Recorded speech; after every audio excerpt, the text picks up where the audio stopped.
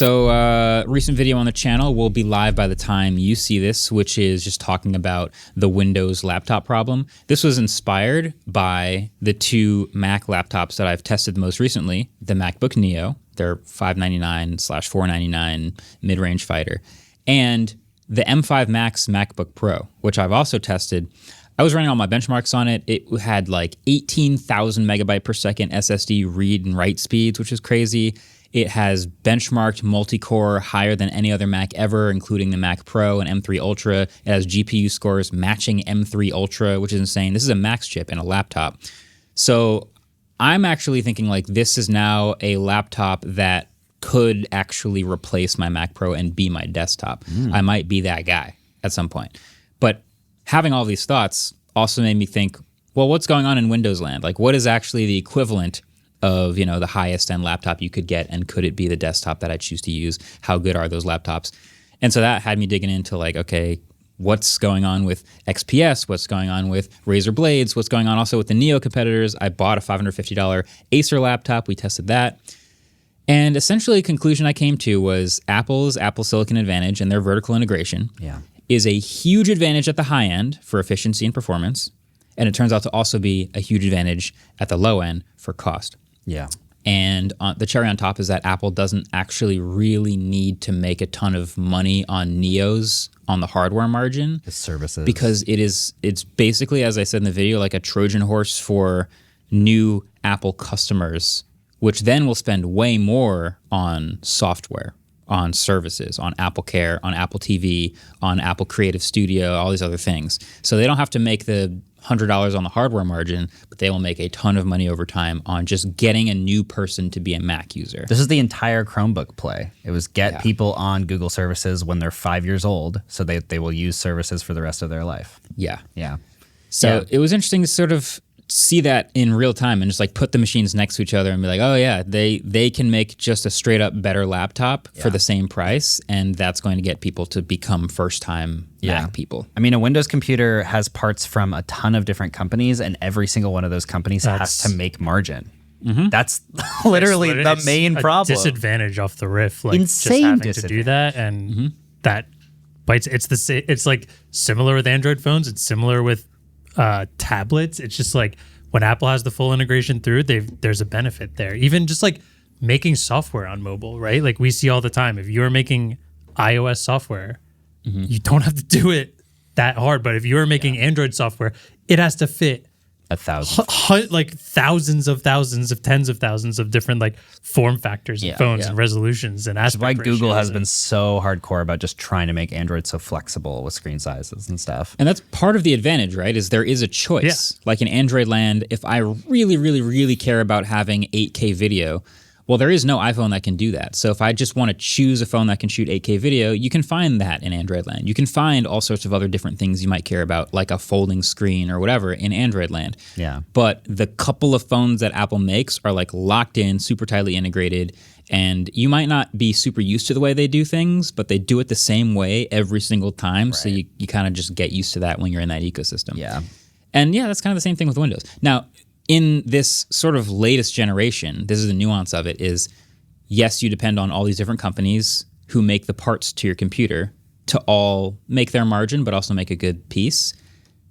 You have to make a great Windows laptop, several different companies all executing and firing on all cylinders at the same time for your one computer to be good. Yeah. So if you're Dell and you make the XPS like I showed, you're also depending on Intel to be making a good chip at that time, which they are. And, you know, your Dell, you have to make a good computer with a good screen and a good keyboard and all that stuff, which they are. And you need Windows to be good. I'm fine with Windows. I like Windows. Yeah. So Windows 11 is in kind of a weird place because not everybody's loving Windows 11. I haven't used Windows since Windows 10, and I was jumping into Windows 11 again, and I set up this XPS. It took me 45 minutes to set it up. The setup is because insufferable. There were mandatory downloading updates and stuff. Once I got through the updates, it was like sign into this, sign into that, download Microsoft 365. Do you want to use Copilot? Do you want Recall on? Do you want all these other things? And I was like, no. All this stuff it was asking me. And then I finally got into my clean install of Windows, and then I got a pop-up from McAfee to be installed. And this is the other thing. The only other way that these manufacturers that make the laptops can make the laptops cheap enough to even be competitive at all is that they have to put a bunch of bloatware on it. They have to make more. Yeah, I mean, we see this on Android phones too. Like the Android phones that come with Facebook installed and come with Instagram installed. They don't do that out of the kindness of their heart. They do that because Meta pays them to do that. Mm-hmm. So it's not a good situation for anybody else. Yeah. And Microsoft really, they tried to do the vertical integration with the Surface, but they're such a B2B company that it's such an afterthought for them. We saw this with the Pixel for a very long time, the Nexus program, the Pixel. Now Tensor. Google didn't really care about the Pixel, and they still don't really care. They're trying to care more, and the Pixels are really good now. They're really, really good now.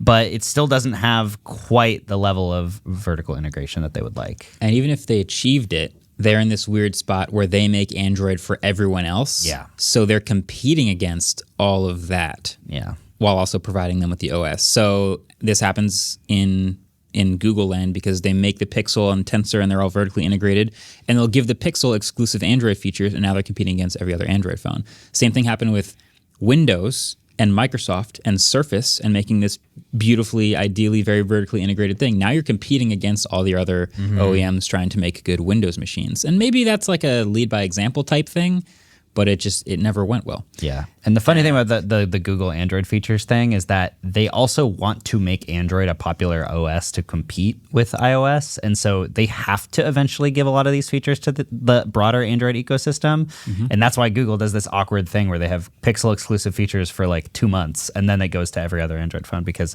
they need other people to want to use Android in general. And it's also why they had that weird bromance with Samsung for such a long time. Yeah.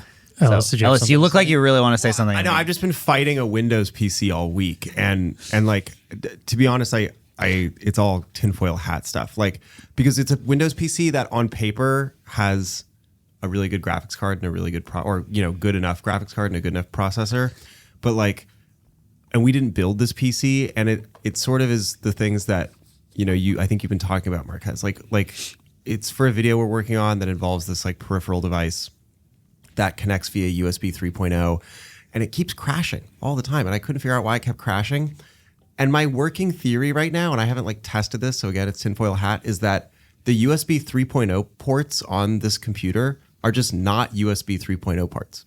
That's my best guess. Because the USB 3.2 ports are USB 3.0 ports. And it's like, there's no way the company who built this PC, they didn't build the ports. They definitely got the USB I/O box like from the motherboard. Yeah, from someone else. But it's like that. It's sort of what you're talking about. It's like you need all, or like for some reason, not a single Bluetooth keyboard will connect to this PC. Not one.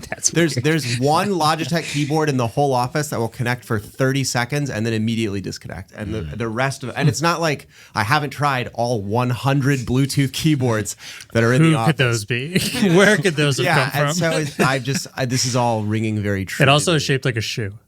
Well, I was trying not to say that because I don't know if any of these are the problems. I don't want out.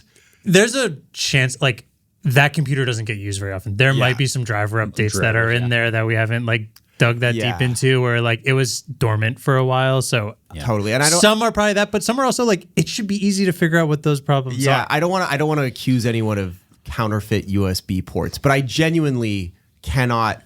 I'm at the point now where I'm like, why does the USB 3.0 cable not get USB 3.0 speeds until it's in the 3.2 port? Why does the 3.0 port not give 3.0 speeds? Yeah. Yeah. What? Yeah. Sorry, I was looking into the eyes of your hat for a second. Yeah, I should probably address this. This is Franklin, the mascot of the Philadelphia 76ers. Thank you to fan Michael for the sick hat. I'm going to be wearing this the whole Why do episode. they have a cat as the mascot? It's a dog. That's his a name's cat. Franklin. That is a cat. 1,000%. Isn't Franklin a turtle? It has whiskers. Hey, Franklin is Benjamin Franklin, the founding father. That's half of the things in he Philadelphia. was a dog? Benjamin Franklin was, in fact, What number president was he? he was president number 6, and when he signed the was Declaration of 76. Independence, it was a paw print. He got that dog in him. Cat print. To bring it back, I think the best Still way. a paw print. I didn't notice that. I feel like the best way, if you really want an example of the difference between like the vertical integration in Apple and the vertical integration in Android Windows, go on our Apple and go on our Android and watch. Everyone in Apple is just generally mad at the same thing, where everyone in Android is mad at each other, because even though they're all using Android, they're all fans of different companies of phones, and they all hate each other. It is just the wildest infighting ever. And like, now imagine all of those different people need to work together and build something. And it's just... And to be fair, like, I'm a full Android and Windows user at home, by the way. I only use Apple stuff at work. I like Android better than iOS by far. And there's a great piece by David Pierce. He tried to use Android for like the last 4 months, and he used a bunch of different phones, and he really liked the Fairphone 6, but it doesn't work on Verizon, so he couldn't do it. But he went back to iOS because his conclusion was effectively phones are app machines, and iOS has better apps. And he relies on too many iOS apps to go back to Android, which sucks because Android is a way better OS. well, I want to play devil's advocate because as someone who's like fully Apple, ecosystemed up, there are a lot of these like vertically integrated things in the Apple world that are like not supported to the degree they should be. Like Freeform has like 6 updates that they just need to add. Like, there's just no excuse why Freeform doesn't have these things, but I just don't think they care enough about Freeform to do it. I don't think they do. And there's or like, why does the Apple Mail app still kind of blow? It or like, sucks, yeah. So you know what I mean? It's email. That's when you're Waiting just for the the big- default and you get to be the default thing for what, Right. 80% market share Power of the of the US? default. Like, why change? Why update it? Yeah, but like, why is it so hard to rotate something on the desktop version of Freeform? And why is it so hard to select multiple objects on the mobile version of Freeform? I would like to see Like- the user base for Freeform. It's me. Yeah, I know. I keep That's why your that's my average point. Apple user. There's definitely some people who hate Apple screenshotting you in the cat hat right now. Like, average dog. Apple user. There's also Benjamin Franklin. there's also it's kind of like either that or the massive graveyard of stuff that Google tries and then just kills a year later. So it's like, would I rather have the kind of weak Consistency. updates, but at least it works the same way every time on one side of the fence, or like Google launching an app and me going, I don't think I want to switch to this because I don't trust them to even keep this alive for a year. Rip inbox, bro. Yeah. So true. So Allo. there's choice on one side, but there's the upside and downside of that Yeah. choice. Also, there's at least 6 Freeform users because there are several things that I force my friends to do on Freeform with me. So they're monthly. Plan active vacations. users, not Freeform daily. is excellent for that. This whole conversation is also negating people who have like very specific needs that software wise, or like needs to be on a Windows machine, needs to be on Android, needs to be on iOS. Like, we're talking outside of that because clearly then you only have one option. Almost every business distributes Windows computers. I think that's a big part of the equation for like why they are where they are. Especially because like, you talk about like David having like, he'd come from an iPhone, so he's already plugged in and uses a lot of iPhone only apps. Yeah. There's a lot of people who play a certain game that you can't play on Mac, or there are people who use certain softwares for their business that are just only Windows XP. Like that. That's a real thing where, okay, now Windows XP has a massive market share because that's still stable and that's the thing that we use and that's where our apps are. So like if your dependencies or you're plugged into one specific thing, like I'm a Mac user, I you not, because I switched to Final Cut Pro. Yeah. That is why I started using a Mac. Yeah. And now here we are a decade later and I'm in the ecosystem and they got me. Yeah. That's the point of Neo. That's the point of like all these other, feelers, is to just get a device in front of you that gives you options, and hopefully you like one of those things, and then you are sucked into that ecosystem. Yeah, I mean, I was the lead reviewer at Android Authority for 5 years. I didn't use an iPhone until the iPhone 13 when I reviewed it, and I didn't switch to an iPhone until the iPhone 15 because I had USB-C. I would have never touched an Apple device, and all of my dependencies were in Android. Like I could use my world. Nobody texted, because when I lived in the Bay Area, everyone used Facebook Messenger. But then I moved here, and now I swear I am in so many iMessage group chats that every time I test an Android phone, they bully the shit out of me. Now look at you. What have they done to our lad? I know. And I know that you say that's not a real problem, but bullying is real. Okay? I don't like crying. Do you like crying? It sucks. We should get on GroupMe. No. Oh my god. Fun fact. Oh my god. Worst app of all time. first messaging app of the MKBHD business. Yeah. When Brandon and Vin started, It was a group well, me. because Marques and I were in a group me for both of our ultimate teams. Every at the Frisbee time. team I've played for 15 years until like last year was a group me That's team. unbelievable. That was the most like bad. feature, not an app of all time. It's of all one. time. It's genuinely. I was talking about Flighty being one of the 5 best. Group Me is one of the 5 worst apps Yeah. of all time. Yeah. Yeah. I want to make one final note related to this, and then we can take it to break on the Windows 11 thing. Dave 2D put out a really good video recently about this, and the gist of this was that a number of years ago, like 5 or 6 years ago, he had all of the Windows manufacturers send him laptops that were in the same price range as the Apple M1 Air, I believe, so he could compare them. And all these manufacturers like, sure, yeah, like here's our laptop that's that price.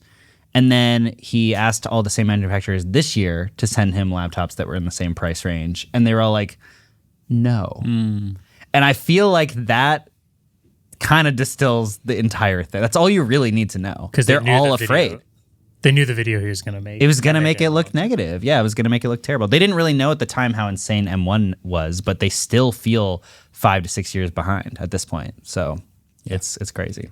Yeah. So go watch the video if you haven't already. I want to say something nice about Windows. Go for it. Because everyone always tells me I'm too mean to my Windows green bubble people. I know those are two separate Windows green buffalo. things. To me, you're the same.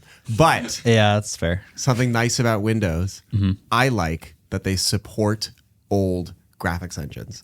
I like that I can still get a DirectX driver that runs on a modern Windows motherboard. I think that's cool. Apple does not do that. Choice. Pre-metal stuff, very hard to run on Mac OS. DirectX stuff, very easy to run on a Windows computer. Pre-metal used like rocks and fire. So Yes. Yeah. That was the name of the old Apple graphics engine, actually. Rocks and Fire. hell yeah. Yeah, Steve Jobs was super against it. Yeah, and then when Johnny Ive came in and he said aluminium, and they knew it had to be metal. Hey, thanks for watching this clip. If this clip gets 10,000 likes, I will order a Cyborg Rat 7 mouse for the next episode of the podcast. I might do it anyway, but if this clip gets 10,000 likes, I will definitely do it. Just saying. Rat 7. Rat 7. Okay.